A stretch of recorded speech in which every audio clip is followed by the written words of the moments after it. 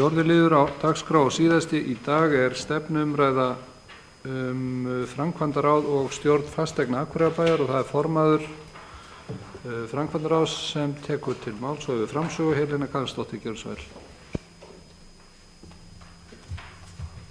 Forseti, ágætu bæjarfulltrúar.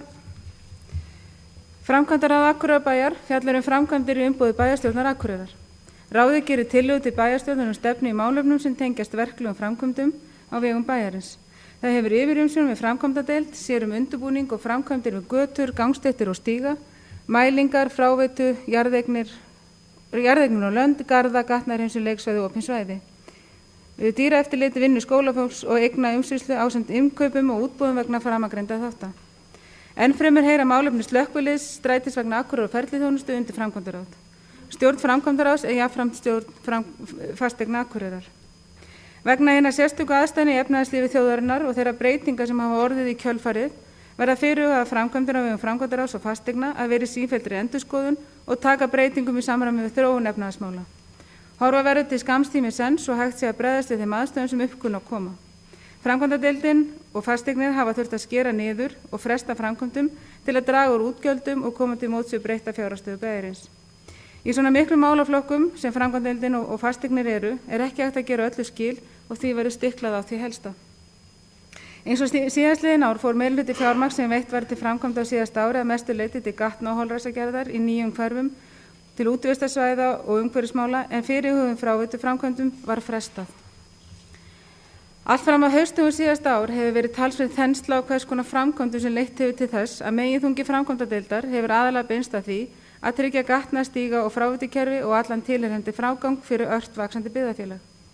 Gatna- og holræsagerð var umfangsmest í Naustahverfi fyrir íbúðarhúsnæði og í Nesjahverfi fyrir iðnaðarhúsnæði. Í iðnaðarhverfunum nyrst í bænum var lokið við gerð Sjafnagötu, við Grænhól, hluta Krossanesbrautar og Óðinsnes. Norðurslóð var framlengd og tengd Dalsbraut og lokið var við lengingu á Gleráreyrum við Glerártorg.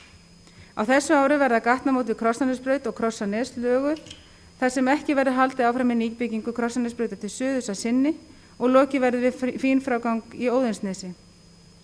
Gert ráð fyrir að byggja nýja götu sunnan Eikarlunda sem tengist Brálundi og mun kallast Daggalundur. Lokið verður við verkefni frá fyrra ári tengingu norðurslóðu við Dalbraut og í Naustahverfi 4. og 5. áfanga. Krókeyri ný tenging við mótuhjólasafnið og mun eldri tenging leggjast af.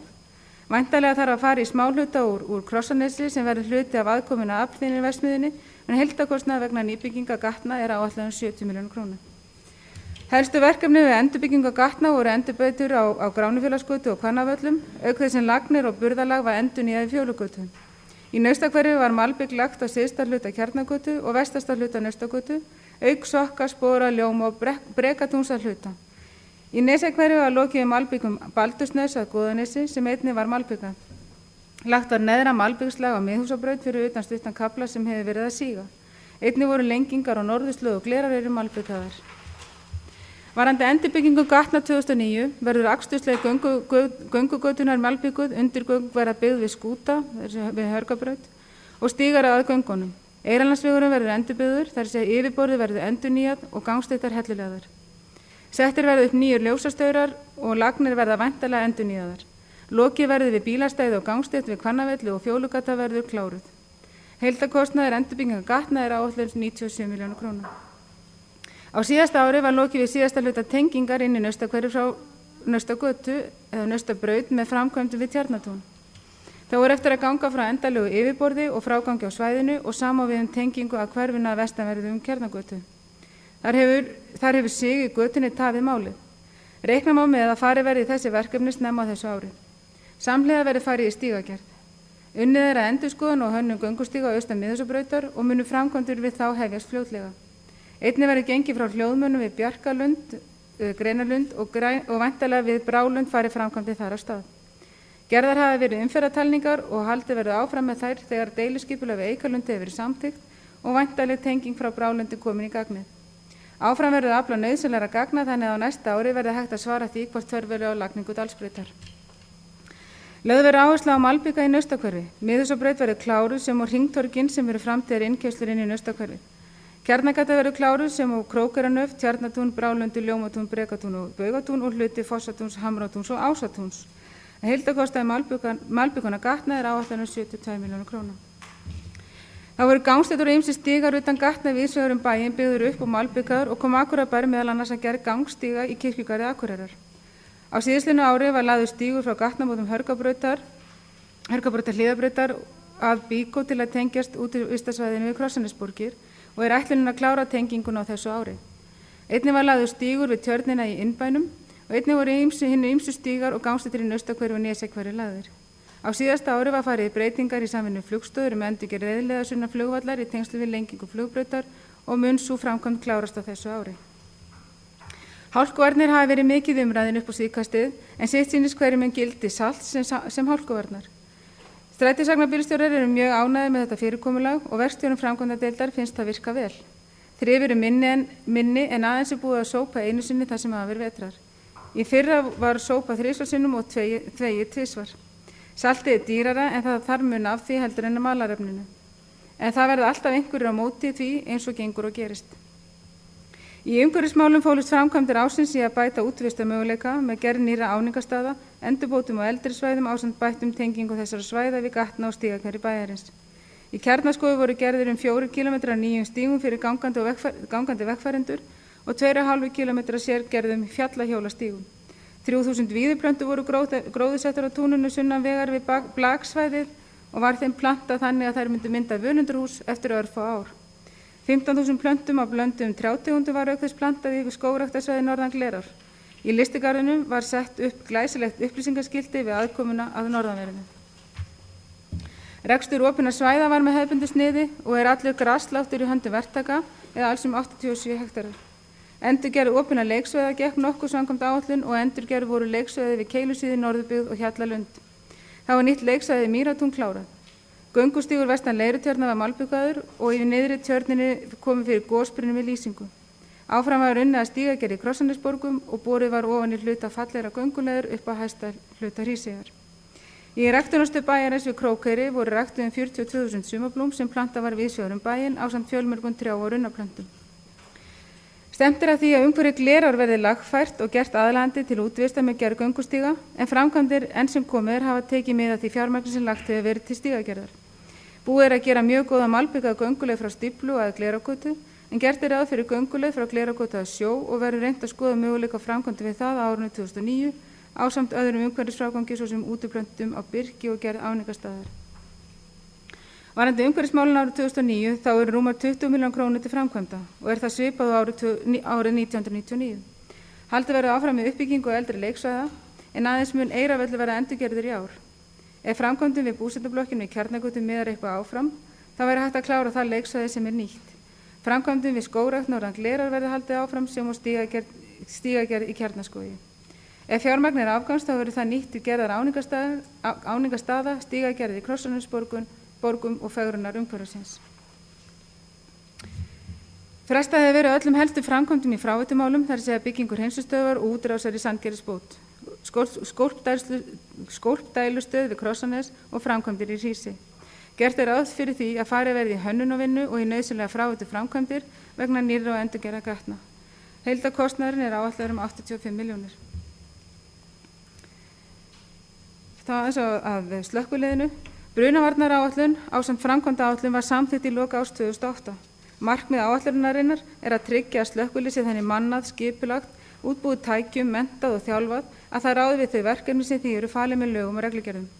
Áætlunin er gerð til 5 ára í senn og tekur mið af fjárhagsáætlun hvers árs fyrir sig.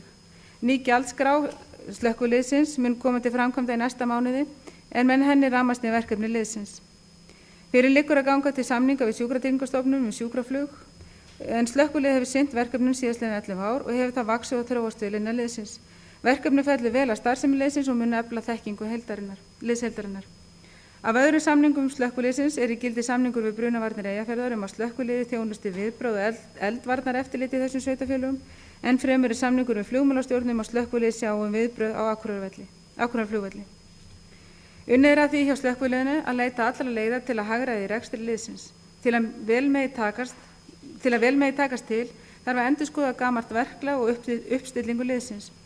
Slíkar hagræðingar taka tíma og mun ára vera nota til að innleiða betrumbætur í störfum liðsins. Forvarnardeild liðsins vinnur markvisst að sínum verkefnum og hefur tekist að mæta enn betur þeim skoðunarskyldu verkefnum sem eru á verkefnaskrá deildarinnar. Forvarnarverkefni í skólunum hefur einnig verið að festa sig í sessi. Eftirspurn eftir kennslu hefur aukist og hún ákveðin tekjulind fyrir deildina sem styður enn betur forvarnarstarfið. Innan tíðar kemur til landsins gámur undir mengunarvarnar búnað. Er að ræða afar vel búin gám sem mun nýtast liðin í þeim sérhæfða verkþætti ásamt því að halda heildrænt utan allan búnað. Öllum tæki og búnaðarkaupum verði haldið í lágmarki á árinu og lagt upp úr því að deildarstjóri tæki og búnaðar fari enn frekar að forvarna viðhald á eldri búnaði liðsins.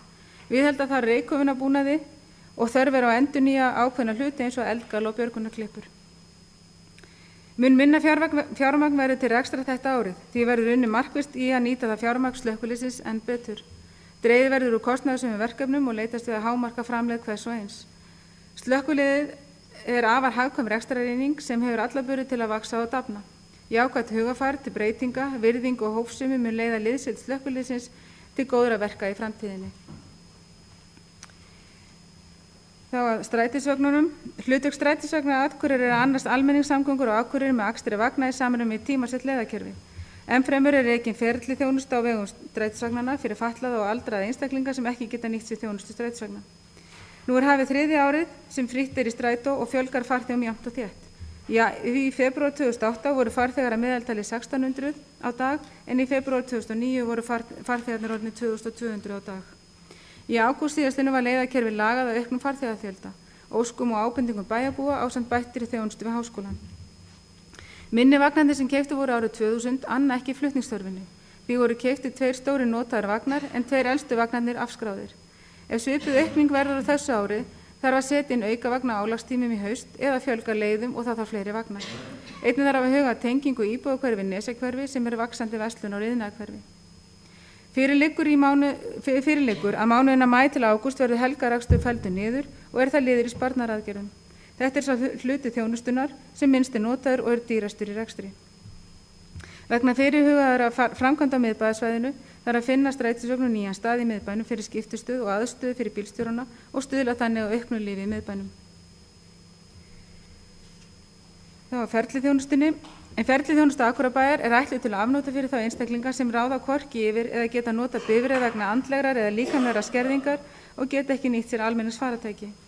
Mikil aukning hefur verið á ferðum ferliþjónustu og eru ferðir nú 50.000 á ári.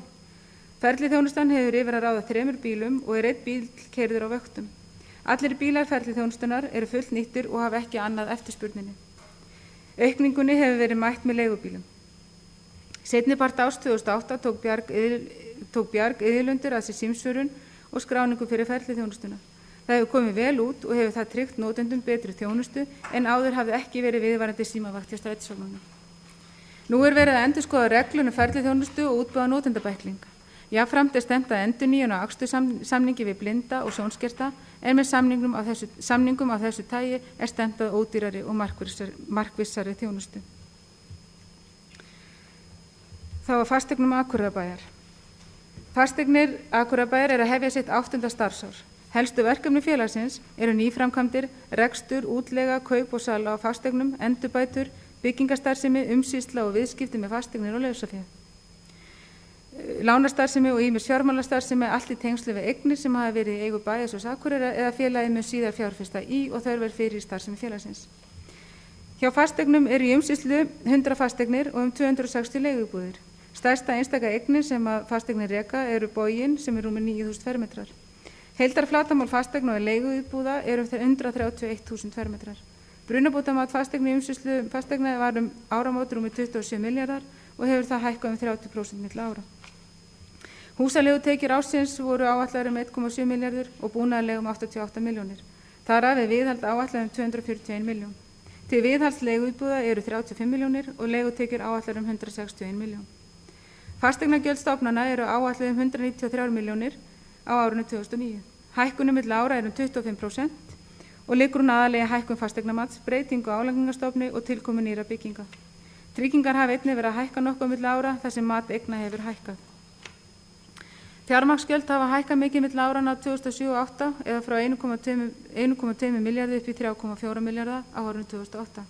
Ljóst er að þetta hefur mest áhrif á afkomu fasteigna og mikilvægt er að leita allra leiða til að fara í félagsins með það fyrir augum að lækka kostnaði fjármögnun. Framkvæma á fyrir tæpa 2 milljarða í nýbyggingum á árinu og gert ráð fyrir að viðhald verði nokkru meira en á árinu 2008 eða 240 milljónir. Framkvæmdir hjá fasteignum hafa því aldrei verið meira en á árinu 2009. Í október síðastliðnu var mikil breyting á fjármálakerfi á Íslandi. Í kjölfarið breyttist allt vinnu og fjármálaumhverfi.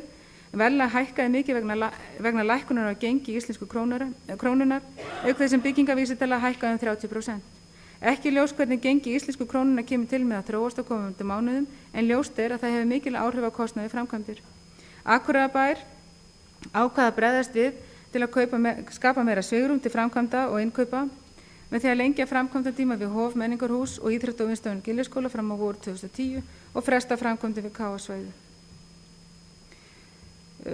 Varðandi Hof menningarhús, þá var á árinu 2008 unnið að innanhúsgerð og framkvæmdir hafnar við lóð. Einnig var boðin út búnaði fyrir húsið, hljóðkerfi og sviðslýsing. Á þessu ári verður áfram unnið að framkvæmdum innanhús og lóðin kláruð. Stefnt að því að húsið tilbúið til notkun mitt árinu 2009, en því hefur nú verið frestað tæpt ár eða fram á vor 2010.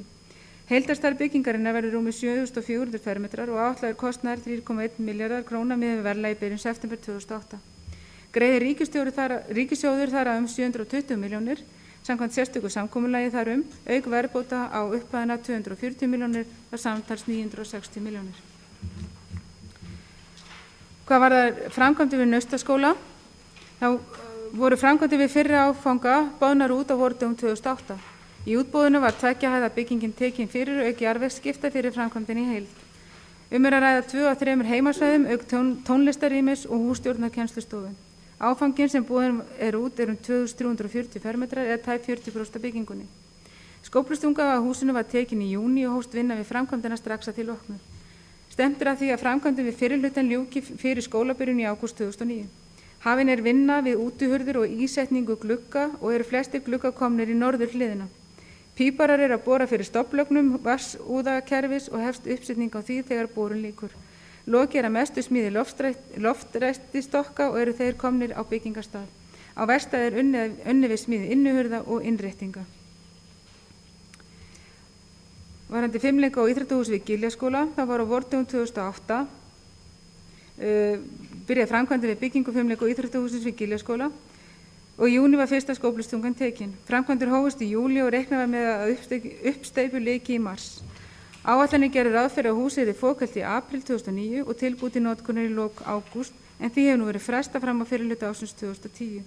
Heildarkostnaður við fyrri áfanga áætlaður 950 milljónir og stærð húsins 2674 fermetrar. Uppsteypu svo gott sem lokið, stálsperruvirki komið á byggingarstað og samsetning þeirra og uppsetning að hefjast. Lokið við ásteypu ofan á forsteypta þakplötur nema yfir anddyri. Eftir að steypa gólfplötu í anddyri og íþróttastall. Þakefni væntanlegt fljótlega og í framhaldinu verður hafist handa við frágang innanhús og á lóð.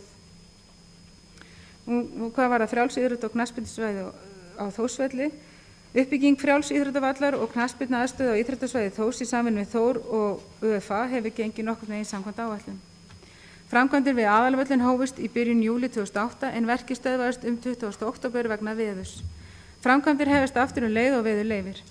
Ólokið malbikun og yfirborðsfrágangur hlaupabraut og umhverfis. Framkvæmdum á Sunnuhlíðarsvæðinu lauk í ágúst 2008 en framkvæmdir við stúku hófust miðjan ágúst. Unnið að uppsteypu stúkunar og áætlað hún klárist í mars og öllum framkvæmdum sem boðnar voru út verið lokið í júní 2009. Þak á stúku verður sett síðar. Heildarkostnaður við framkvæmdir á svæðinu áætlaður rúmir 900 milljónir króna á verðlagi í september 2008. Með tilkomu þessa íþróttaleikvangs verður aðstæða til íþróttaiðkunar á Akureyri orðin með því allra besta. Fasteignir Akureyrar hefur sett sér ítarlega viðhalds- og endurbótar áætlun þar sem skilgreind eru þau viðhaldsverkefni sem nauðsynlegt að fara í og þeim forgangsraðað. Ávallt þarf að vera í gangi endurskoðun á þeim vinnuferlum sem eru notaðir, svo sem við samskipti við leigutaka, við úttektir á fasteignum, á þeim aðferðum sem notaðar eru til að tryggja ástand fasteigna sé ávallt eins gott og best fyrir kosið og að viðskiptavinir séu ánægðir. Umhverfi byggingariðnaðarins hefur breyst mikið undanfarna mánuði. Verkefni hafa dregist saman á hinum almenna markaði. Fjármagn til viðhaldsverkefna hefur verið aukið nokkuð frá síðasta ári. Á árinu áætlað að verja 241 milljón í viðhald. Áhersla verður lögð á vinnuaflsfrekar framkvæmdir og að sem mest séu unnið í heimabyggð. Stærstu verkefni fasteigna verða endurnýjun á þakskyggnum og á lóð Glerárskóla og á lóð og kyndingu í Lundarskóla. Það verður farið í utanhúsviðgerðir og málun á listasafninu og gluggaskipti og útveggjaviðgerðir verða hafnar við gömlu gróðrarstöðina. Áfram verður unnið við gamla spítala en hann verður málaður og lóð lagfærð baka til. Telst á miklum endurbótum þar undanfarna ára lokið. Við Kiðagili verður ráðist í að færa sandsvæði og gera torg þannig úr garði að það nýtist betur starfseminni. Endurbótum við Oddeyraskóla verður haldið áfram, andrið að vestan verður endurbætt, skipt verður út hurðum á norðurgangi og búningskleifar og íþróttasalur málaður. Klára verður að líma niður gúmmíhellu við Sundlaug Akureyrar, Einbað verður endurnýjað auk ýmissa annarra verkefna.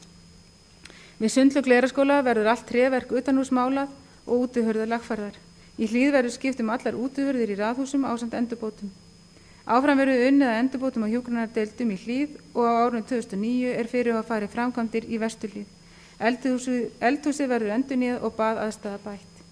Á árinu 35 milljónir til viðhalds leiguíbúða og verður þar farið í utanhúsviðhald og fjölda annarra verkefna.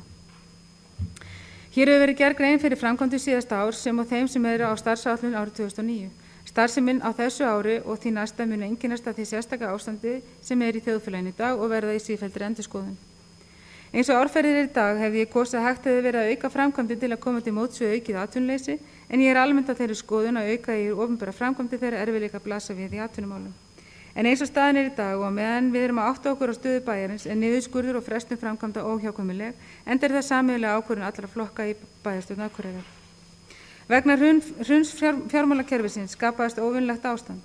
Í stað þess að huga að auknum framkvæmdum hefur starf deildanna einkennst af niðurskurði og frestun framkvæmda. Það að þurfa að skera niður og fresta framkvæmdum síður en svo auðvelt og hafa starfsmenn deildanna sýnt mikinn styrk við sífellt aukna kröfur niðurskurð. Fyrir það færi ég þeim mínar bestu þakkir en vel hefur tekist til og því náð sem krafist var. Framkvæmdur og starfsemi bæjarfélags viðamikil og mæði mest á starfsmönnum bæjarins. Ég vil nota þetta tækifæri til að þakka þeim fyrir vel unnin störf og hvetja þá áfram til góður að verka hér eftir sem hinga til. Takk. Orðið laust fjórða tölulið. Baldvin H. Sigurðsson tekur til máls.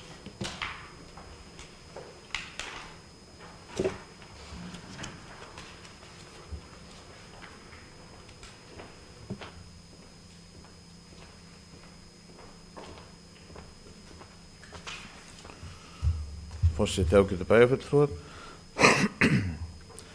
Ég þakka bæjarfulltrúa Helenu fyrir hraðalestur skýrslunar sem ber með sér að nú þröngt í búi hjá bænum okkar vegna þeirra efnahagsmistaka sem hafa orðið hér á undanförnum árum. Þó langar mig til að nefna örfá atriði sem ekki eiga að koma til framkvæmda nú en ég tel að væru nauðsynlegar og þurfi ekki að kosta okkur mikið. Til dæmis að mér finnst nauðsynlega að vanta áningarstað og útsýnistað austur úr Eylandsvegi, þar sem húsið Rósenborg var, beint á móti Eylandsvegi 22. Stöðugur og mikill straumur ferðafólks á sumri og þó nokkur á veturnar liggur upp Eylandsvegi á degi hverjum og það stansa oft heilu hóparnir til að taka myndir og horfa yfir bæinn og gangstéttin mjó á þessu svæði og þetta oft þó nokkuð að fólki bara hreinlega út á götu og ég held að það væri ekki svo galið að gera þetta núna samhliða þeim framkvæmdum sem eiga sér staðar í sumar.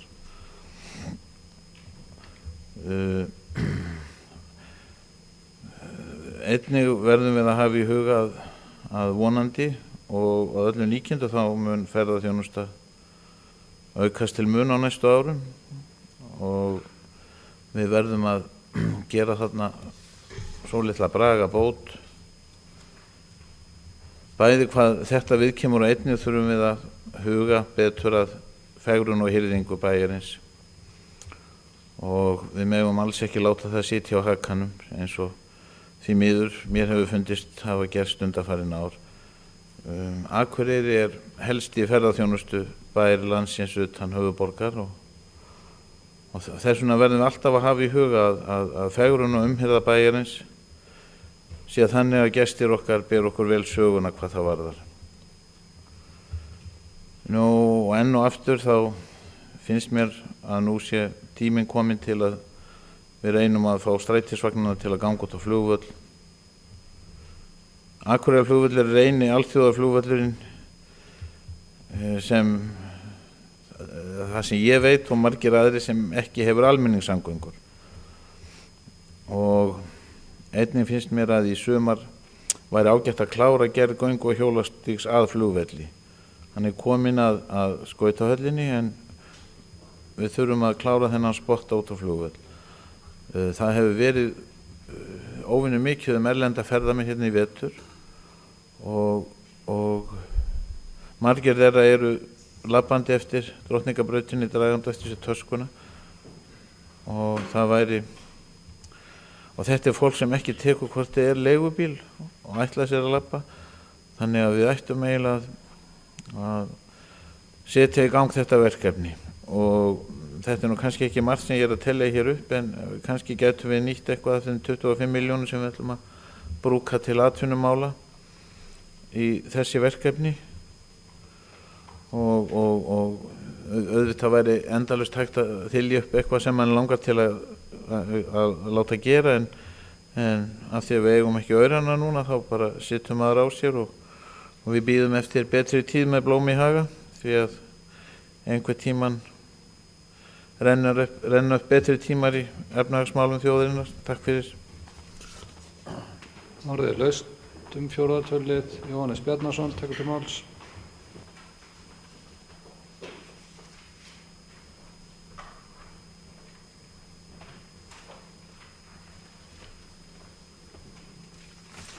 Forseti, góðir bæjarfulltrúar. Ég vil þakka stjórnarformanni fasteigna og framkvæmdaráðs fyrir skýrsluna.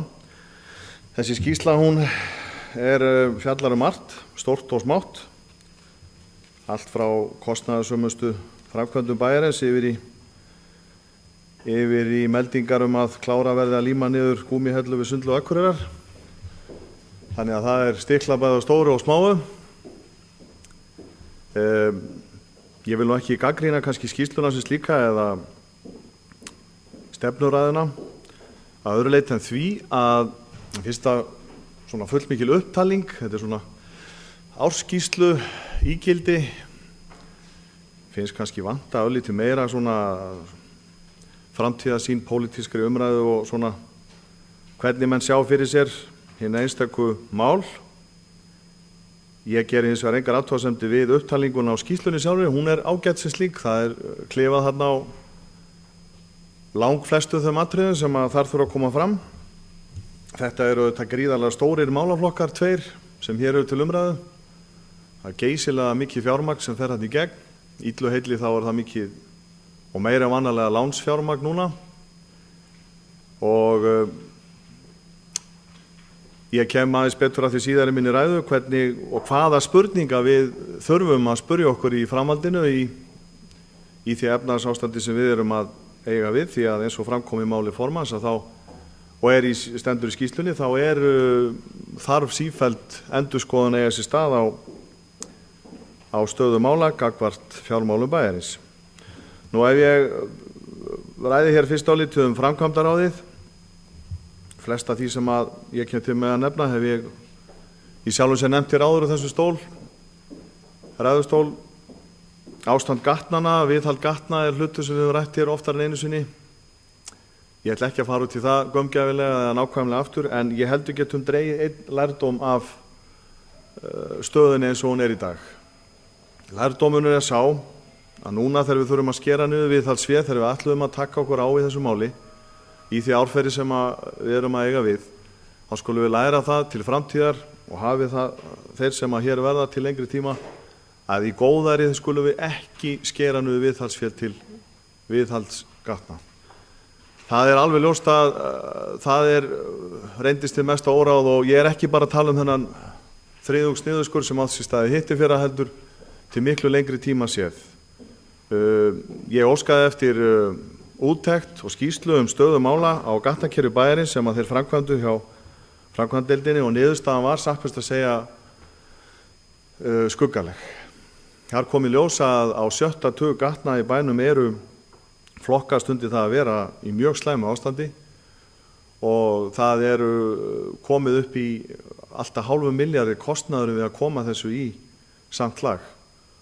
Og þetta eru auðvitað saga í langan tíma hvenær hefði átt að hefja eðlilegt viðhald á þessum göttum. Þetta hefur hins vegar setið illilega á hakanum og nú sitjum við upp með vandann og hann er stór og þetta er eitthvað sem við þurfum að læra af því að það verður ekki auðvelt að eiga við þetta verkefni næsta áratuginn. Við tekið eitt gott dæmi bara það sem að svona æpir á mann að Þingvallastræti sem er nú mikil umferðargata og svona í hjarta bæjarins að þetta ár verður ekki farið í neinar alvöru breytingar eða lagfæringar á þeirri götu meira heldur en hólufyllingar og annað smáræði því miður. Auðvitað verður farið núna í aðgerðir sem er mjög gott að fara í eins og Eyrarlandsveginn en þetta hins vegar aðeins örlítill hluti af því sem hefði þurft að gera. En ég ekki að ásaka núverandi meirihluta þetta einan, ég hef sagt áður, þetta hugsunarleysi til langs tíma og hefði þurft að skoða betur fyrir löngu síðan. En svona rétt til að halda þeim í vondu skapi þá var það ekki til að bæta það náttúrulega að skera niður hérna þriðjung fyrir 2 árum síðan. Nú, það var minnst hér álítið á hálkuvarnir. Þetta auðvitað eitt alvinsælasta umræðuefni bæjarbúa og á fáu eru skarpar skoðanir og hálkuvörðum Akureyrarbæjar. Og brúka menn yfirleitt breiðuspjótin mjög þegar kemur umræða hvernig best sé að verjast hálku. Ég hef verið mjög hlynntur þeim aðgerðum sem hér hafa verið reyndar og við erum að byrja að þreifa okkur áfram með. Með öðrum orðum, ég hef viljað losna við þessi mörg hundruð tonn af sandi af göttunum og reyna eins og nær öll önnur byggð ból í heiminum sem eiga við þetta vandamál að stríða notast við einhvers konar salt eða aðra hálkuvörð sem tiltæk er. Mér finnst hafa skorta mjög á málefnalega umræðu þetta og þolinmæði manna því sinnast engin þegar kemur á hálkuvörðum. Ég hef nefnt hér áður að það magn sem við erum að nota salti, ég skal ekki alveg segja til núna nákvæmlega í dag hvað það komið notkunni í vetur. Fyrir 6 vikum síðan var það komið upp í tæp 30 tonn. Reykjavíkurborg ein og sér notar tæp 11.000 tonn af salti á ári. Þannig að þetta svona rétt út í kryddbauka bæjarbúa sem við erum að setja hér á örfá götuhorn til þess að breyta þessu ástandi. Og eins og ég tek að skýrt fram að við erum að reyna að læra á aðstæður. Þetta bara fyrsta árið og þeir starfsmenn sem að eiga við þetta í okkur, þeir eru að safna sér staðreyndum og þetta verður vonandi til þess að við fáum betra ástand á göturnar. En sandinn þurfum við að losna við. Við getum ekki sett hér 400-500 tonna sandi hvert einasta ár og standa svo í þessum gríðarlegu þrifum sem því fylgir á vorin. Nú, hvað var að slökkviliðið, þá vakti það svolítið athygli mína svo málsgrein sem er í skýrslunni, þar sem stendur að fyrir liggi, með leyfi forseta, fyrir liggi að ganga til samninga við Sjúkratryggingastofnun sjúkraflug. Slökkvilið Akureyrar hefur sinnt verkefninu 11 ár, hefur það vaxið og þróast vel innan liðsins. Verkefni fellur vel að starfsemi liðsins og mun efla þekkingu liðsheildarinnar. Ég hélt að þessi mál væru í örlítið öðrum farvegi og þess vegna komið svolítið óvart að sjá þessu slengt svona fram sem fullyrðingu að þetta liggi fyrir. Hefði gjarnan viljað fá kannski nánar frá formanninu það hvort að eitthvað hafi breyst varðandi þessi mál sem ég ekki veit á þessari stundum. Nú, ég get samþykkt flest það sem stóð og stendur í skýrslunni og yfirlýsinga formannsins slökkviliðið. Eitt annað sem vakti þó athygli mína og ég vildi fá kannski örlitla greinargerð það stendur með leyfi forseta næst á síðu 3 að það sé leitað allra leiða til hagræði rekstri og það er að endurskoða gamalt verklag og uppstillingu liðsins. Ég átta mig ekki alveg á hvað er átt við með þessu og hefði gjarnan viljað fá litla umræðu um það. Nú, strætisvagnar Akureyrar, fyrir nokkrum árum síðan þá var tekin svo ákvörðun að hafa strætisvagnarna gjaldfrjálsa. Tilgangurinn var auðvitað sá að reyna að minnka umferð í bænum, minnka slit á götum, mengun. Þetta hefur gengið rækilega eftir. Það hefur fjölgað mjög farþegum og það má segja að svo tilraun sem lagt var upp með hafi gengið eiginlega fullkomlega upp. Núna stöndum við hins vegar frammi fyrir mjög áleitnum spurningum varðandi strætisvagnana. Þegar við fórum á stað með þetta, þá auðvitað vonuðustu til að þetta myndi gera sem er staðreyndin í dag. Núna er hins vegar staðan orðin þannig að við þurfum að fara að auka við þjónustuna. Við þurfum að endurskoða algjörlega rekstur strætisvagnana ef við ætlum að halda þessu áfram. Bæjarfulltrúi Baldvin minntist hér á flugvöllin áðan og það að strætisvagnarnir gangi ekki þangað. Nú erum við búin að ákveða það að skera niður helgarferðir í sumar og ég heldur stöndur hreinlega frammi fyrir þessi spurningu: ætlum við að gera þetta svona áfram og það áfram gjaldfrjálst eða ætlum við að taka upp eitthvað vægt gjald aftur og bæta við þjónustuna? Ég held að næsta skref, næsta fjölgun í strætisvagnunum eigi sér ekki stað fyrir en að við færum þjónustuna upp á næsta stig fyrir ofan. Það er nokkuð ljóst. Nú, ef ég fer aðeins yfir í fasteignir Akureyrarbæjar, eins og ég minntist hér á áðan, þá er auðvitað gríðarlega miklir fjármunir sem við erum að tala undir þessum málaflokk. Og þeir eru óvenju miklir núna vegna þess að við erum að framkvæma mun meira heldur við höfum gert að meðaltali í nokkuð tíma. Við erum að þessu auðvitað til þess að auka þjónustuna við bæjarbúa og við erum að þessu líka til þess að halda uppi ákveðnu atvinnustigi í bænum. Við erum búin að skera niður í okkar fjárhagsáætlun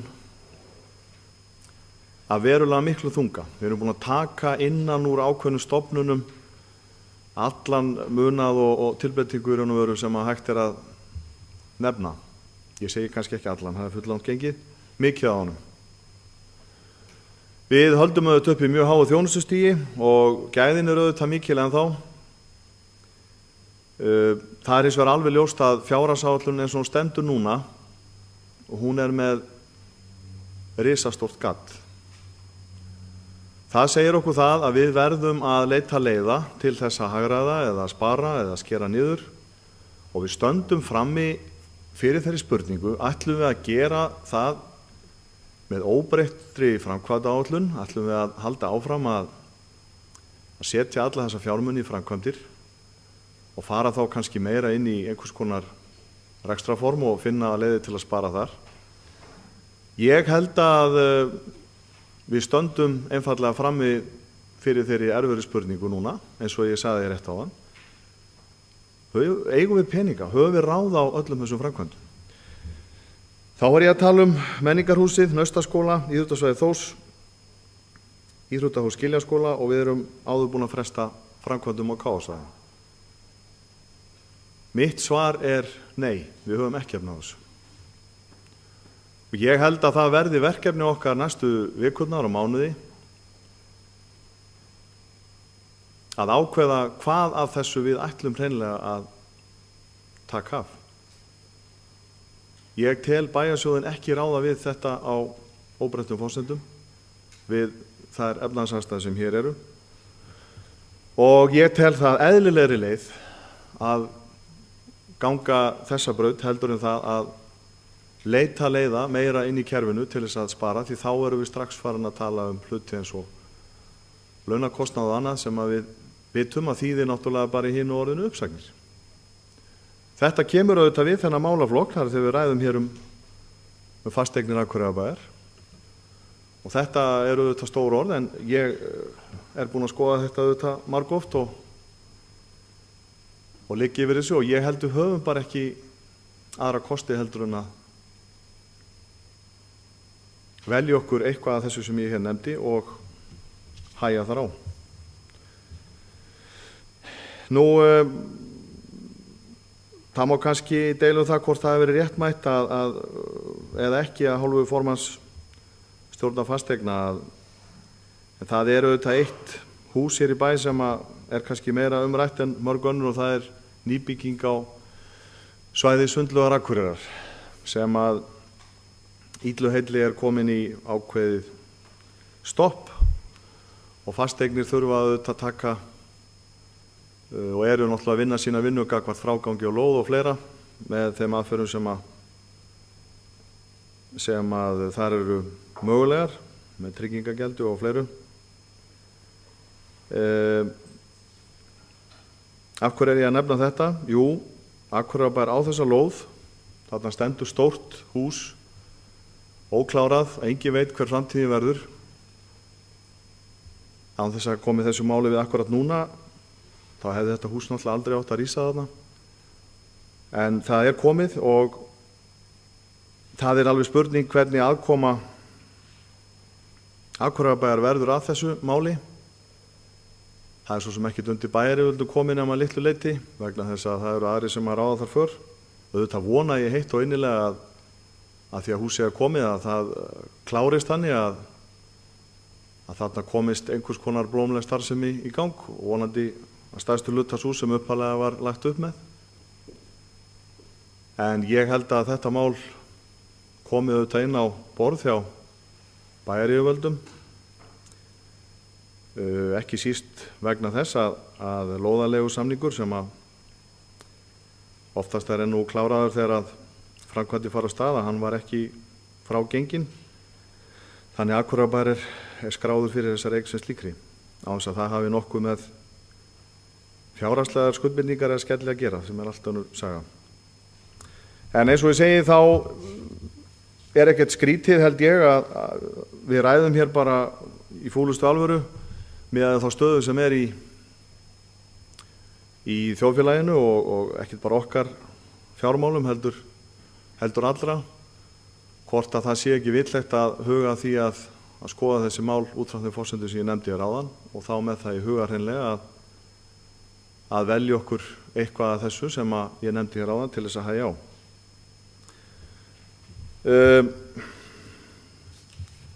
Eitt sem ég nefndi nú ekki hér áðan og við höfum auðvitað sammælst að fresta, það eru fráveitu framkvæmdirnar. Þetta er auðvitað afar bagalegt að þetta detti upp að núna en við því er ekkert að gera. Þetta er bara eitt af því sem við urðum að taka frá vegna bágs fjárhagsástands og vonandi þegar innan ekki margra ára þá getum við klárað þetta verkefni því það er afar brýnt upp á þennan mikla matvælaiðnað sem hér er að þessi mál geti fengið vottun upp á það að sé í besta klassa. Til máls tekur Dýrleif Skjóldal.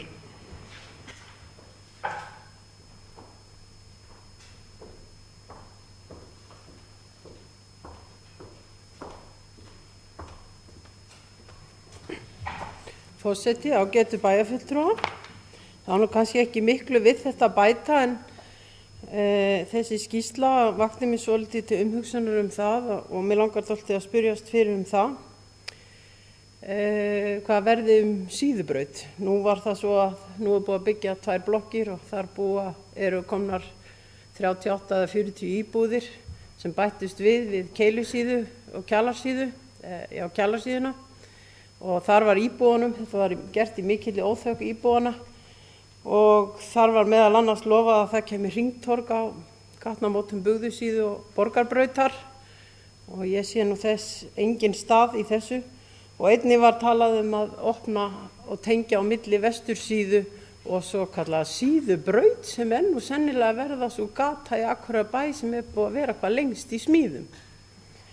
Mér langar að forvitna svolítið þetta því að það hálfgert ófremdar ástand í Síðuhverfi klukkan rétt fyrir 8 á morgnana þegar skólar byrja og menn þurfa að komast út úr þessu hverfi.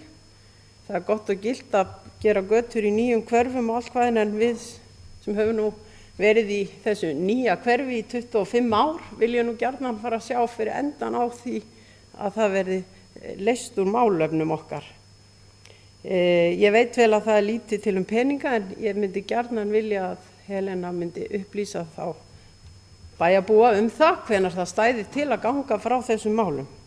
Og svo er það eitt lítið mál sem er búið að væflast fyrir okkur akureyringum frá því síðustu kosningabaráttu og nú bara 1 ár í næstu og það er þessi elskulegi andapollur sem við eigum. Bra, bra. Og allir alltaf laga til í andapollinu og alltaf á andapollurinn að verða fín og aldrei breytist neitt. Og nú langar maður að vita hvort sé einhver möguleiki á að safna nokkrum krónum saman í að laga aðeins í kringum andapollin. Það er sko vissulega einn sá staður Akureyrarbæjar sem hvað flestir koma eða fara framhjá á leið sinni þá á baðströnd bæjarins, Sundlaugina. Þannig að mér langar að spyrja og biðja Helenu að svara fyrir það hvort og þá hvenar eitthvað stendur til við að gera þarna. En svo er það svona svolítið lítið mál sem að rakst fyrir augum mín hérna. Það er í kaflanum slökkvilið Akureyrar. Næst neðsta málsgrein á blaðsíðu 3. Ég verð nú eiginlega bara að biðja svolítið útskýringu á þessari málfræði. Ef ég má lesa hérna upp með leyfi forseta. Af öðrum samningum SA er í gildi samningur við Brunavarnir Eyjafjarðar að slökkvilið Akureyrar þjónusti viðbragð og af eldvarnareftirlit í þessum sveitarfélögum og ennfremur er samningur við flugmálastjórn að slökkvilið sjái viðbrögð á Akureyrarvelli. Hvernig þjónusta maður viðbragð? Er það með spretthlaupi? Heyrðu, takk annars. Sigrún Stefánsdóttir tekur til máls. Forseti, ágætu bæjarfulltrúar, langar til að byrja að þakka formanni framkvæmdaráðs fyrir yfirgripsmikla stefnuræðu. Ég hef nú ekki hugsað mér að þræða stefnuræðuna hérna út í gegn en við lestur hennar var eitt sem að gladdi mig ákaflega mikið og hérna er svona persónulegt mál mitt sem að ég vilja sjá framgöngu í fram að þessu og ég fagnaði mjög mikið að fara í það á næsta ári eða á þessu ári og það eru undirgöng undir Hörgábrautina. Þessi leið í skólan, út í Glerárskóla, yfir Hörgábrautina er held ég hættulegasti staður fyrir börnin á Akureyri yfir að fara. Og í fyrra þá fengum við bréf frá lögreglunni þess efnis að þetta væri hættulegur staður og ég fagnaði ákaflega það að fara í þessar framkvæmdir því þetta er eitt af þjóðþrifamálunum sem við þurfum að koma hér í gegn. Og hefur tafist lengur en mér finnst eðlilegt. Svo ég bara ætla að fagna hér og nú að þetta komist í gegn á árinu. Þarna fari margir bæði á leiðinni í skólan og þeir sem stunda íþróttir á Þórssvæðinu, börnin og Holtahverfi. En hvað varðar, það er mörg og mikil verkefni sem hérna framundan þrátt fyrir það að sé búið að skera niður ýmis verkefni en það er sama með þennan málaflokk eins og alla aðra málaflokka að það þarf að fara rækilega ofan í sauman á þeim. Alla starfsemi og allan rekstur, það þarf að gera þetta við allar deildir og allar stofnanir því að við erum í þeirra aðstöðu við það þarf að hægja á og við þurfum að draga úr og við stöndum öll í þessum sporum og verðum að reyna að vera svolítið samstíga í því að reka þetta bæjarfélag réttu megin við núlli eða sem næst núllinu. Á komandi árum, ég veit þetta verður ekki einfalt en saman vonandi getum við þetta. Hermann Jón Tómasson tekur til máls.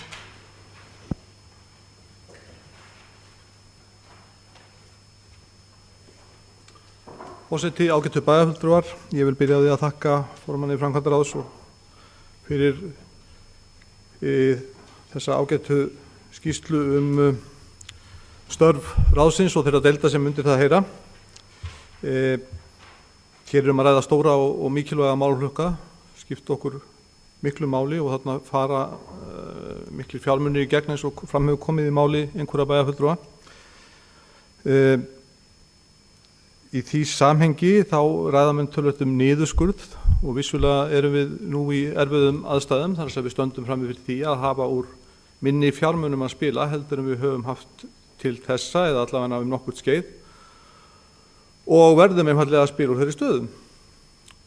Það er það sem við höfum gert, en þó þannig að við höfum reynt að gæta þess til dæmis í þeim áætlunum sem við gerðum fyrir þetta ár sem að nú tiltölulega nýhafið að stíga varlega til jarðarkvaraðar framkvæmdir. Við skárum vissulega niður, en við gerðum það þó þannig að við reyndum að gæta þess að þau störf sem að tengdust ýmsum framkvæmdum bæjarins að upp á þau var í passað og jafnvel reynd að nýta eða fá meira út úr þeim með því að lengja svolítið í framkvæmdatíma. Sem sagt, hagsmunir ekki bara bæjarins heldur líka þeirra starfsmanna sem að vinna fyrir fyrirtæki sem að starfa fyrir bæinn voru þarna hafðir að leiðarljósi. Eins mikilvægt að hafa það í huga varðandi þessa niðurskurðarumræðu að þó svo að við höfum vissulega dregið úr því sem við ætluðum okkur, þá erum við enga síður að setja verulega mikla fjármuni í framkvæmdir bæði á vegum fasteigna Akureyrarbæjar og eins á vegum eignasjóðs gatna eða í gatnaframkvæmdirnar. Það er ekki eins og við höfum dregið alfarið í land og í þessu samhengi af því að hér hafa menn talað nauðsyn þess að endurbyggja götur og ég í sjálfu sér alveg sammála því að það eru mörg verk sem við vildum gjarnan setja fjármun í, en við bara einfaldlega verðum að forgangsraða þeim fjármunum sem við höfum, en ég gerði mér leika því að svona fara í gegnum það hvað við hefum verið að gera á undanförnum árum hvað þetta varðar, og ef við tökum tímabilið 2003 til 2006 og reiknum þá fjármunum sem að þá voru settir, þannig að uppreiknum þá með byggingavísitölu til desember 2008 og skoðum hvað var sett á þessu tímabili úr eignasjóði gatna í gatnaframkvæmdir, þá voru það meðaltal 414 milljónir á ári. Á þessum 3 árum sem að síðan eru liðin, 2007, 2008 og 2009, þá hafa þetta verið að meðaltali 466 milljónir á ári.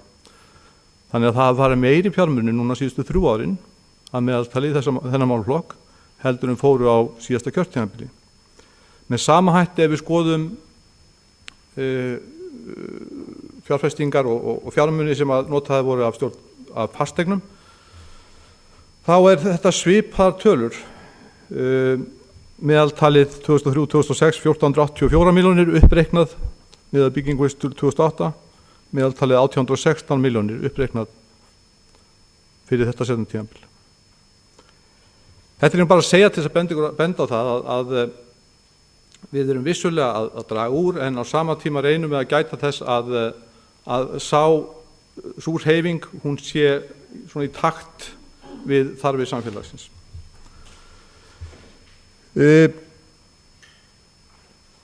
Þetta eru, ég endurtek það eru fjölda mörg verkefni sem að væri æskilegt að fara í og hér hafa ýmis slík verkefni verið nefnd, en við verðum einfaldlega að taka mið af þeirri stöðu sem við erum í á hverjum tíma og forgangsraða þessum verkefnum og setja á dagskrá þau sem að við teljum mikilvægast. Við getum hins vegar verið ósammála það nákvæmlega hvaða verkefni það eru sem eiga að vera efst á listanum og við tökum það bara umræðum það hér eins og við gerum reglulega.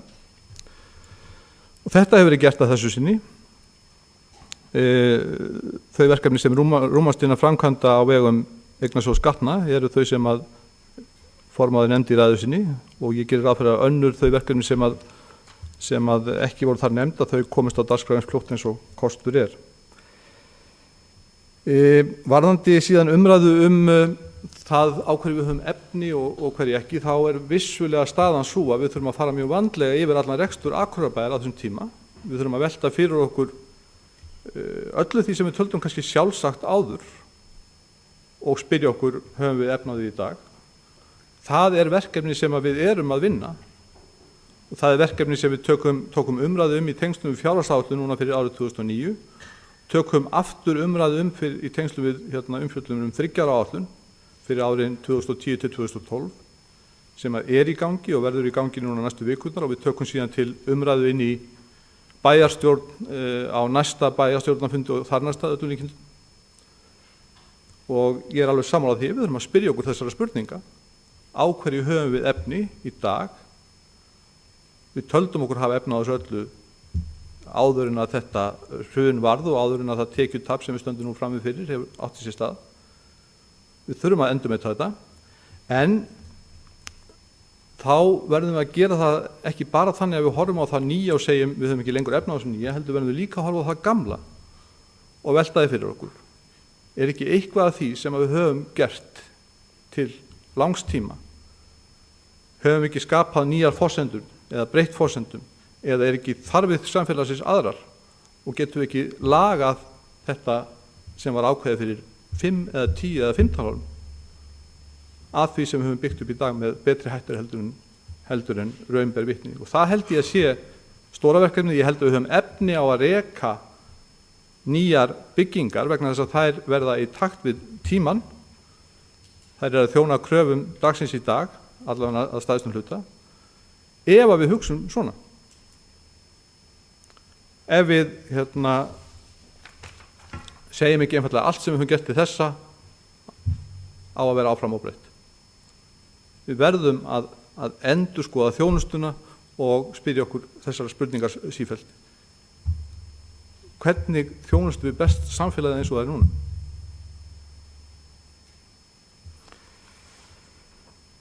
En þessa umræðu gerir nú fastlega ráð fyrir að við tökum rækilega í tengslum við 3 ára áætlun og við erum kannski pínlítið komið inn í hana, allt í lagi með það í sjálfu sér vegna þess að ákvörðun framkvæmdir og fasteignir og uppbyggingu þeirra er auðvitað tengt þessu. En enn og aftur takk til formanns stjórnarframkvæmdaráðs. Oddur Helgi Halldórsson tekur til máls.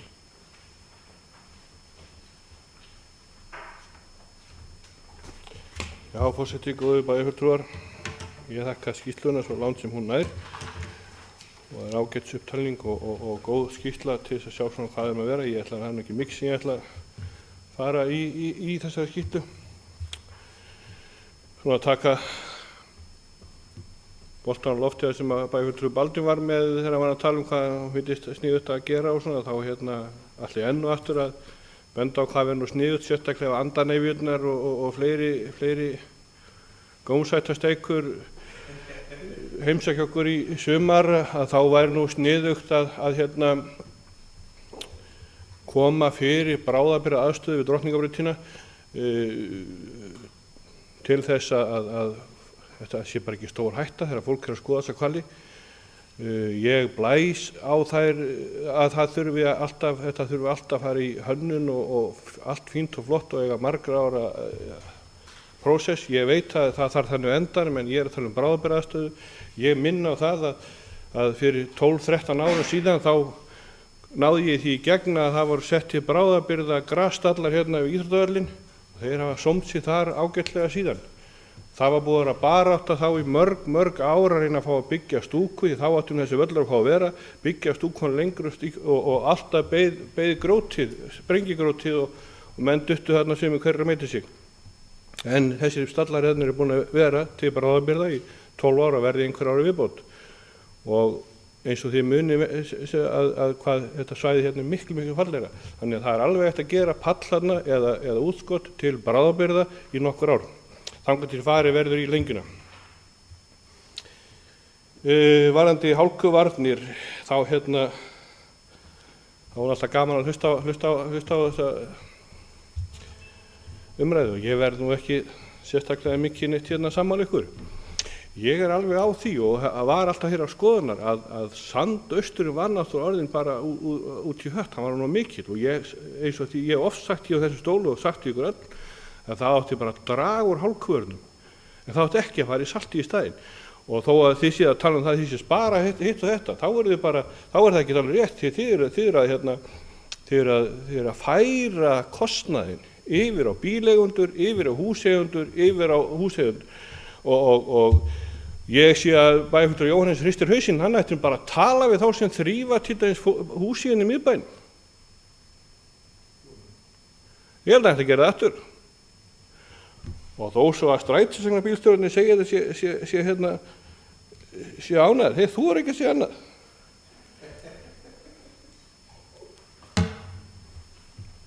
En ekki orðað það meir.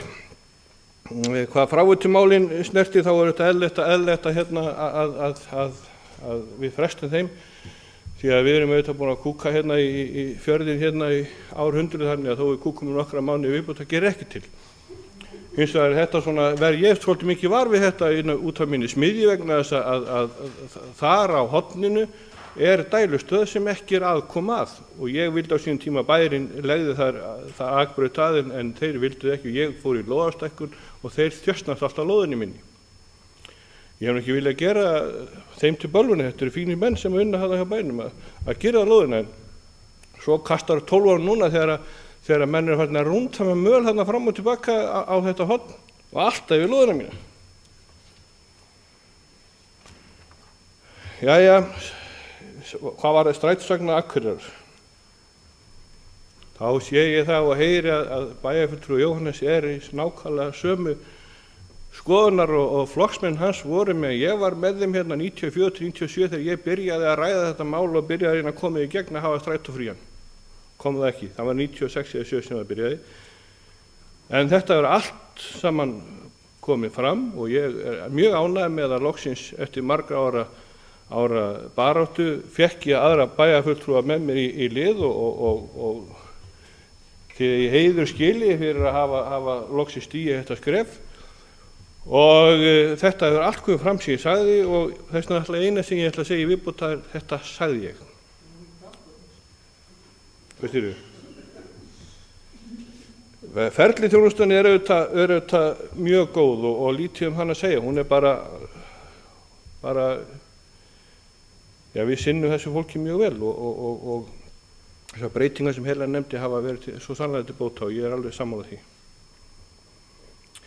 Svo koma fasteignum Akureyrar, þá kannski það sem ég, þó að þessi skýrsla sé margt eitt góð, þá það kannski þar sem að vantar helst í hana. Það sem ég finnst vanta að það hefur verið sett inn hérna á þessu húsbyggingar, hverjar voru áætlanirnar í byrjun, hverjar eru áætlanirnar þá er ég að tala á byggingkostnaði núna og af hverju hækkuðu það svona mikið. Ef við byrjum á hofið til dæmis, ég vona það, ég bara treysti mér ekki til þess að trúa þessari tölu að kostnaðurinn verði bara 3,1 milljarður, en mikið óskaplega myndi ég vilja það, hann ekki herri. Ég var mjög ánægður þegar að bæjarfulltrúi og bæjarstjórinn okkar Sigrún Björk sagði mér daginn að væri verið að skoða hérna fasteignum þá hugmynda og skoða það að smíða stólana í húsi hérna í bænum. Og reyna, hann var hönnuður hérna hjá þeim daginn að sýna þeim stóla og ég var mjög ánægður með það. Það er bæði til þess að halda þeim hérna og svo náttúrulega það líka svona svolítið gaman að geta sagt að við smíðum stólan í hérna hús. Ég er vonandi og það verður auðvitað glæsilegt þegar það er búið. En það sé að tala með kostnaði það. Nú er ég með einn verktátt þarna inni sem er loftræstingin. Ég er búinn með að tölvöld, ég myndi giska á svona 1/3 verkinu, reyndar er verkið miklu lengra komið en svona dýrustu póstarnir eftir að koma. Af þessu því sem ég hef rukkað þarna fyrir, þá sýnist mér það ég er búinn að skoða það núna, til og með janúar, að þá eru aukaverk heil 9% af heildarupphæðinni og að 3,1 milljarði er það 300 milljónir. Ég ætla að minna á það eins og ég oft sagt hérna áður, það eru ekki við iðnaðarmenn sem búin til aukaverkin. Við vinnum þau en þeir sem búa þau til eru pólitíski fulltrúar sem að breyta starfseminni eða húsinu eða hönnuðir sem gera mistök í hönnun. Þetta kostar okkur allt og mikið. 9% og hjá mér, ég veit ekki hvað hjá öðrum iðnaðarmönnum, örugglega svipað og kannski jafnvel meira hjá öðrum, ég þori ekki, en þetta eru stóra tölur. Svo erum við komin hérna að frjálsíþrótta og knattspyrnusvæði Þórs. Þar les Helena ósköp rólega upp að þetta að heildarkostnaður af framkvæmdar á svæðinu er áætlaður rúma 900 milljónir. Hversu oft voru það fulltrúar meirihlutans sem að fussuðu og sveigjuðu og krossuðu sig hérna í þessum stól þegar við í minnihlutanum sögðum að þessar áætlanir sem voru farið af stað með væru óraunhæfar. Með minni hefur verið 360 milljónir og með við hækkun byggingarstjóra þá ætti að vera 480 milljónir í dag, en orðið 900 milljónir. Og auðvitað vitum við að það er búið að gera töluvert meira þarna heldur en átt að gera upphafi, en það er líka vandamál. Við erum alltaf að auka við það sem við ætlum að gera. Þannig að þetta verður flott svæði og bæjarfulltrúi Baldvin sagði mér að Þórsmerki yrði þarna steypt í gólfið þarna við útgangudyrnar og það ég ánægður með því að Þórsmerki alveg virkilega fallegt merki.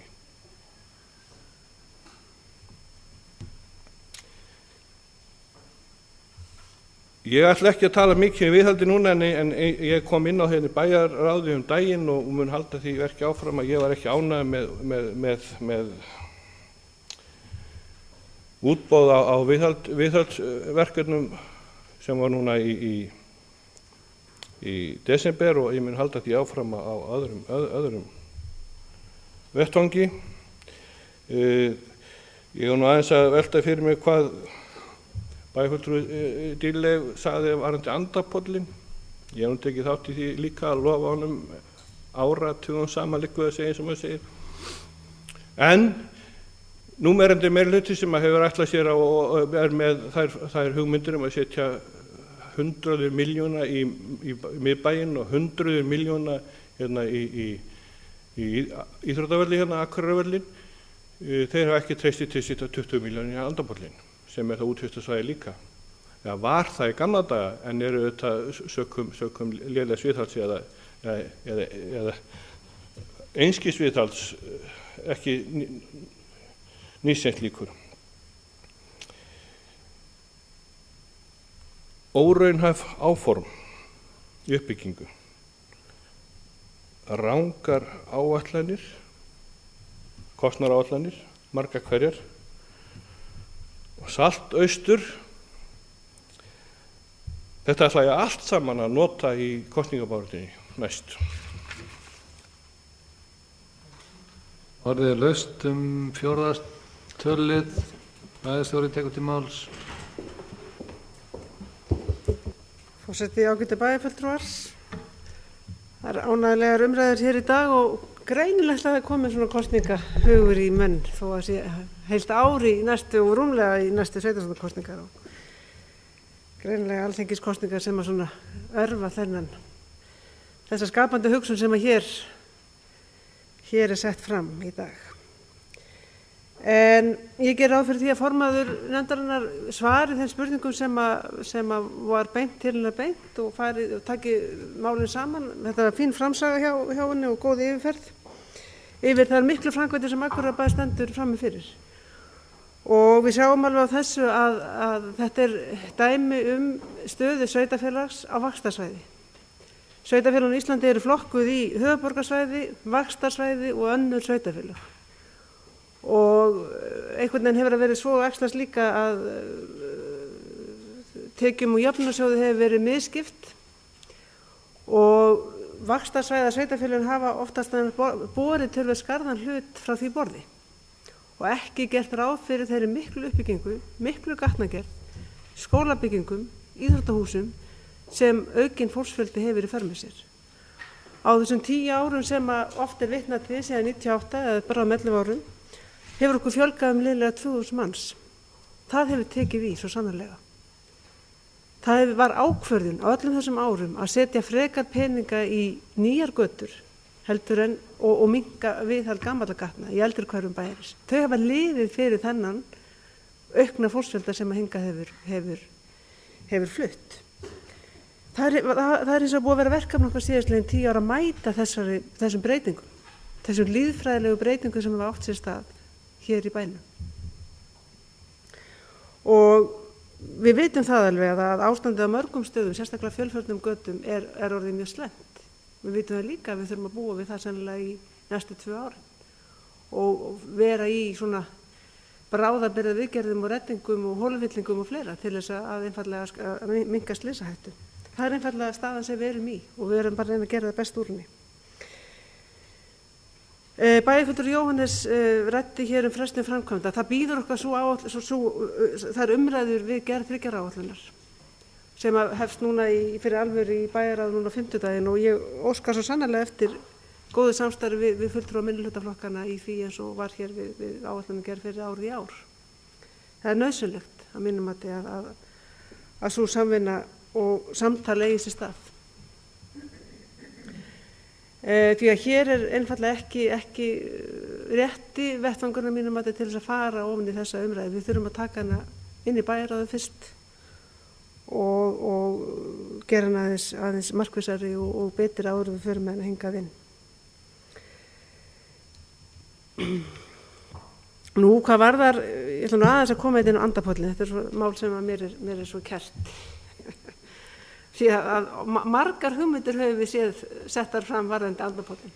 Ein gekk út af það bókstaflega að endurheimta votlendi.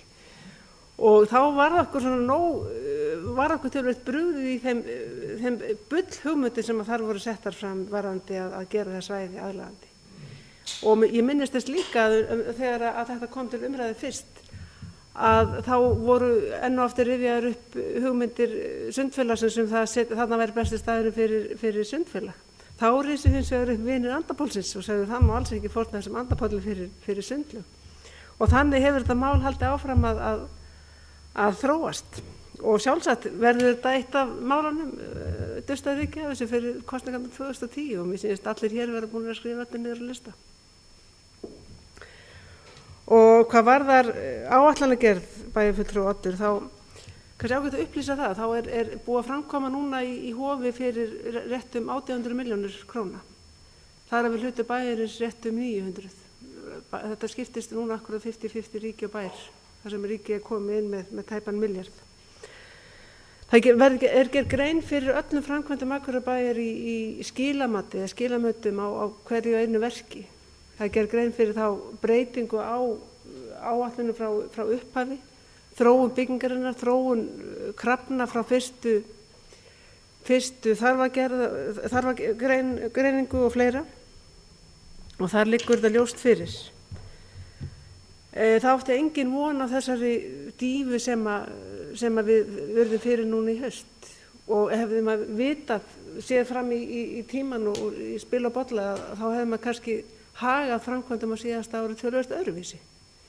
Hins vegar erum við að skapa hér atvinnu fyrir 150 manns í þessu framkvæmdum. Við skulum ekki gleyma því heldur. Og ég held að ástandi hér væri mun erfiðara og alvarlegra væri bærin ekki í þessum framkvæmdum sem við erum í núna. Þannig það er einfallega ákvörðun sem við tókum og þetta er eitthvað sem við ræddum ítarlega við gerð fjárhagsáætlunar ársins.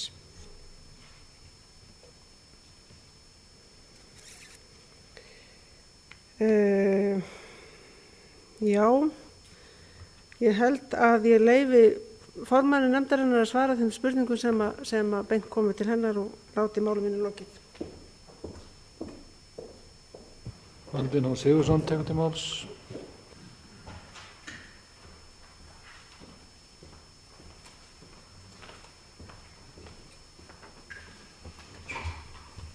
Forseti ákveðið bæjarfulltrúar. Það hljóma kannski asnalegt að mér að segja það en mér hefur nú stundum dottið í hug núna á tímum þegar lítið er einkavæðingu en mikið ríkisvæðingu að kannski ættum við að athuga hvort að við getum fengið einhverja aðil út í bæ til að taka sér rekstur á strætisvögnunum þá kannski aðila í svipuðum rekstri sem eru með aðstöðu og verkstæði og annað og gæti þó samnýtt sína starfsemi með strætisvögnunum og nota þá bara okkar bíla og tækju og menn en það sem er nú meira þjóðnýtingu en einkavæðingu þá kannski það stílbrot. Mér langaði nú að taka undir með bæjarfulltrúa Oddi Helga að hann náttúrulega oft hringt í okkur bæjarfulltrúa við svolítið skammaður út af hinu og þessu en mest hefur verið hringt og mest hefur verið skammaður fyrir notkun á saltinu. Og saltmengunin hér í bæ hefur verið geysilega mikil og bæði á bílum, fatnaði, húsnæði og gott ef þetta rýkur ekki í lunguna fólki og drepur þar í þokkabót. Þá sem veikir eru fyrir. Nú, bæjarstjórinn okkar, hún nefndi jöfnunarsjóðinn og hún ætti bara að muna hver búin að stjórna landinu í næstum 2 áratugi og hefur nú kannski verið hægt að ýta við þeim sem stjórnuðu. Og svo vil ég minna bæjarfulltrúa á að það ekki þessi andapollur, heldur þetta andapollurinn okkar.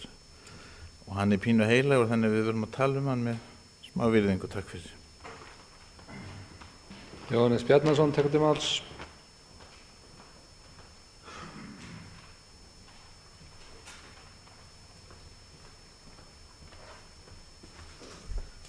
Forseti, góðir bæjarfulltrúar, ég skal reynda að játa að ég misti nú eiginlega alveg dampinn úr þeim ræðuhöldum sem ég hafði fyrirhugað með þessari yfirlýsingu Baldvins að einkavæða strætóreksturinn.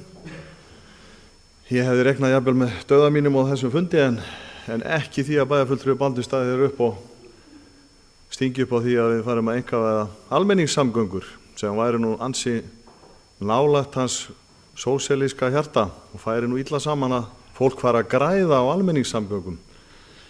Það harmonerar illa saman við ýmislegt annað. Ég ætla nú ekki að fara að gera samanburð á því, það myndi vera hálf leiðileg útkoma. Fyrst kannski örlítil leiðrétting. Bæjarfulltrúi Oddur setti mig í flokk með gömlum framsóknarfélögum sínum frá miðri síðustu öld sem hann var hér með í bæjarstjórn og taldi þá hafa verið afburðaþröng sína hvað varðaði gjaldfrjálsan strætó. Og ég var nú ekki tekið til starfa innan raða framsóknarmanna á þessum tíma og tók nú ekki þátt í þeirri umræðu sem átt sér stað. Þá man reyndar ekki eftir að þetta hafi komið mikið upp á borðið þá. Ég hef hins vegar verið hlynntur þessari ráðagerð lengi og hef margtekið það fram. Svo við höldum því til haga bæjarfulltrúi Oddur. Ég hef margtekið það fram að fyrsti maður til að stinga upp á þessu hafi verið marglemdur virðulegur bæjarfulltrúi Oddur Helgi Halldórsson. En ég skal ekki fara með nákvæmlega hvað þessi gömlu framsóknarfélagar Odds höfðu í flimtingum með hér í gamla daga en ég hef greinilega ekki átt samleið með þeim, það er ljóst. Hér hefur verið komið aðeins að nokkrum þeim hlutum sem ég minntist á í minni ræðu samanber endurbyggingu gatna. Það er alveg óþarfi bæjarfulltrúi Herma, við þurfum ekkert að vera neitt að fegra þetta ástand. Við þurfum ekkert að reyna að setja þetta í neitt betri búning heldur en það er og við vitum alveg að það er þetta ástand eins og staðan er núna og það verður ekki takt að gera meira heldur við erum að gera og svo förum við í annað seinna og svo framvegis. Ástandi er bara þannig að það eru á 70 gatna ónýtar. Við verum að sætta okkur við það eitthvað árabil með að við komum böndum á þetta. Bæjarstjóri nefndi hér áðan að vegna mikillar fjölgunar og nýframkvæmda þá hefðum við ekki haft undan að viðhalda þessu. Þetta snýst auðvitað bara forgang, þetta snýst forgangsröðun yfirvalda. Það eru fjölmörg önnur sveitarfélög á Íslandi sem hefur orðið gríðarleg fjölgun í án þess þó að það hefur bitnað eitthvað á viðhaldi gatna.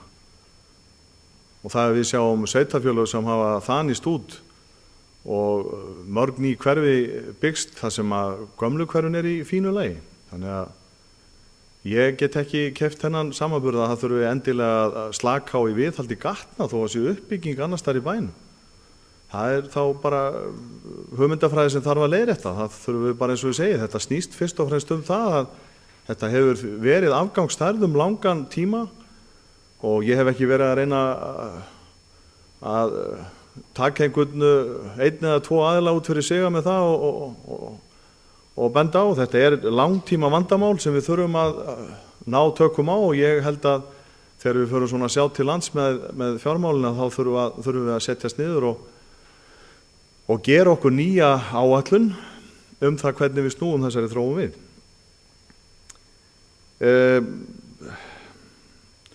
Eitt kannski viðbót varðandi Þórsmerki á Þórssvæðinu.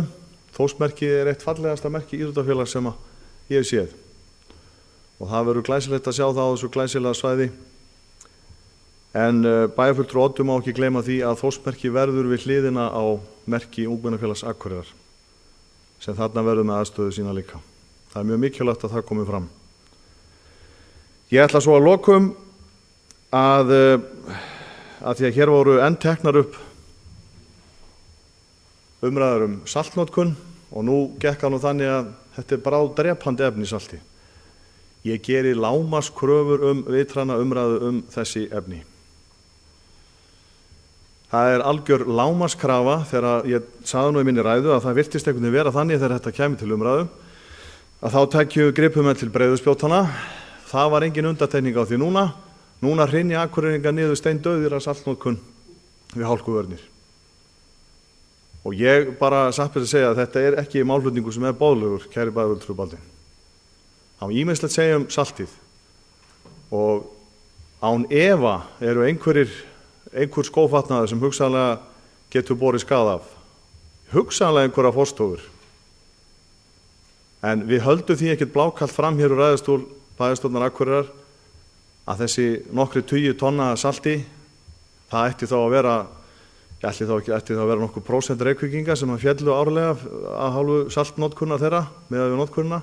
En svona málflutning þetta mál sem er ekki líklegur til þess að við finnum skynsamlegustu lausnina, ég bara fyrirbýð mér svona lagað.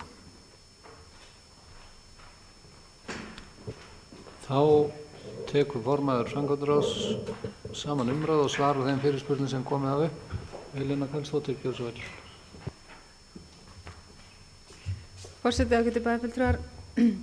Já, þetta er búið að vera mjög skemmtileg og frjó umræða hérna.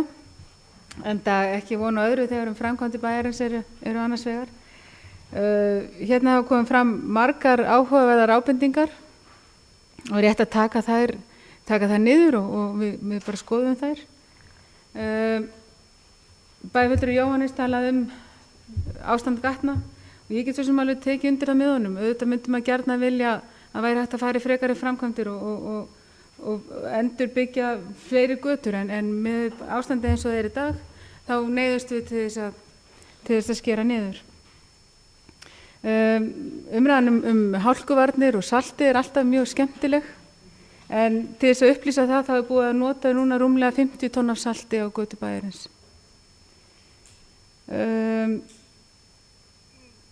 Til að svara bæjarfulltrúa Baldvini varðandi eyðileggingu skófatnaðar þá vil ég upplýsa það að ég salta stundum heima hjá mér.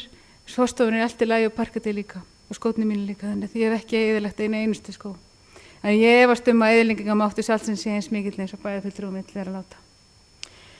Bæjarfulltrúi Jóhannes spurði hérna sjúkraflugið það hvort eitthvað hefði breyst. Það voru blikur á lofti varðandi sjúkraflugið það hvort að bærinn héldi því áfram eða ekki að það er sér slökkviliðið. En eins og staðan er núna þá óskaði Sjúkratryggingastofnun eftir samstarfi við bæinn og eftir samningi við bæinn að sinna þessu starfi áfram og málið er í vinnslu. Hann var spurði einnig slökkviliðið varðandi hagræðingu. Vegna sífelldra krafna sparnað og hagræðingu þá er þetta bara eðlileg leið slökkviliðsstjóra til þess að skoða hvort að einhvers staðar er hægt að leiða til að spara og breyta hugsanlega einhvers konar verklagi. Það verður að gera líka úttekt á starfseminni og það er það sem að verið að tala að mæta kröfum aukins sparnað. Það var reyndin tala gjaldfrelsi strætó hvort að við ættum að huga því hvort að tækjum gjaldtöku aftur. Þetta verður að vera sífellt á tánum varðandi þessi atriði en það hefur engin ákvörðun verið tekin annað en að halda þessu eins og í þessu formi sem það er. Það var spurt síðubraut og andapóllinn. Því er til að svara að það liggur ekki fyrir hvenær framkvæmdum við þessa staði hvenær þeim lýkur. Það var einnig spurt viðbragð og þjónustu við viðbragð. Þeir sem sinna brunavörnum og brunaeftirliti þeir vinna samkvæmt ákveðnu viðbragðsáætlun og slökkvilið Akureyrar kemur sveitarfélögum til aðstoðar og sama er út á flugvelli. Slökkvilið hefur þar ákveðnum skyldum að gegna og það er rauninu bara verið að tala um það skyldu sem slökkviliðið hefur. Nú, ég ætla svo sem ekkert að fara varðandi hækkun á framkvæmdum, það er svo sem búið að gera það og við vitum meðal annars af hverju hækkun hefur orðið. Það er út af þessu ástandi í þjóðfélaginu, það hefur allt hækkað og þetta er atriði sem við getum rauninu ekki komið neinu vörnum við. En að lokum vil ég bara þakka kærlega fyrir þessa skemmtilegu umræðu. Takk fyrir. Þá er dagskrá tæmd. Fundargerð verður undirrituð hér að loknum fundi. Þessum fundi bæjarstjórnar er slitið klukkan 17:32.